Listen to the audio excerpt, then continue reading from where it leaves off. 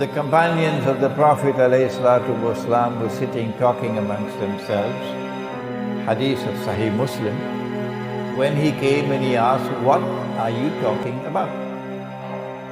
And they said, "We are talking about alamat as-sa'a, the signs of the last day."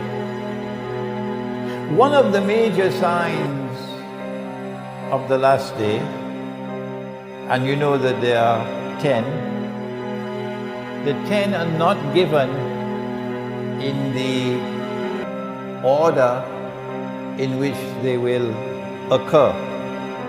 It's a big which second, which we don't have that. What are the 10? Number 1, Dajjal. Number 2, Gog and Magog. Number 3,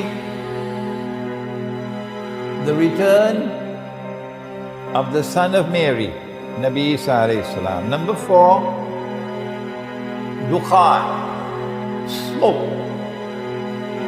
And the Quran says that one day it's going to be plainly visible in the sky. Number 5, Dabbatul Ard, a creature or beast of the land. Which land? Which land?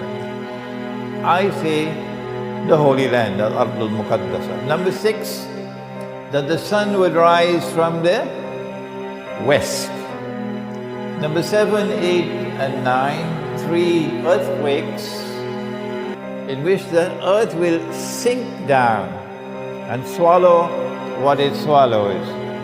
One in the east, one in the west, and the third one in Arabia. And number 10, that a fire will come out of Yemen.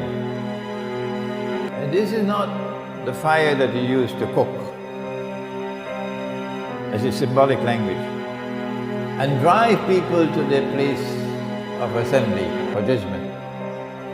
So of these 10, I want to turn to the smoke. A nuclear war would be one in which nuclear powers will use every single nuclear weapon that they possibly can use, because it's going to be a fight to the finish. And so the world can now expect that if a nuclear war were to take place, excuse me, too late now to say if, rather it should be when the nuclear war takes place. When the nuclear war takes place, because they've already declared war on Russia. If you're living in France and Britain and in Western Europe, and if you don't know that your leaders have declared war on Russia, and the nuclear war is now inevitable, and when that nuclear war takes place, that thousands of nuclear weapons will explode.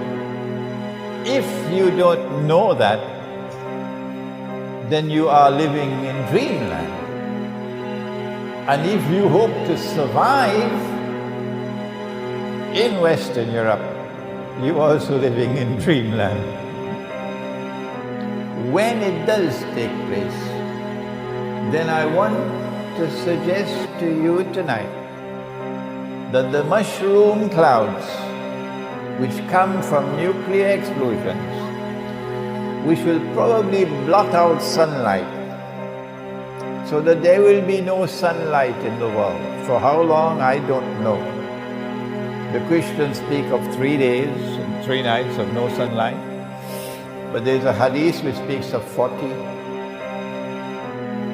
I want to suggest to you tonight, for you to think about it, that when the Prophet ﷺ spoke about smoke, Dukhan, is one of the signs of the last day, that he was referring to the mushroom clouds which will come from nuclear war, the malhama.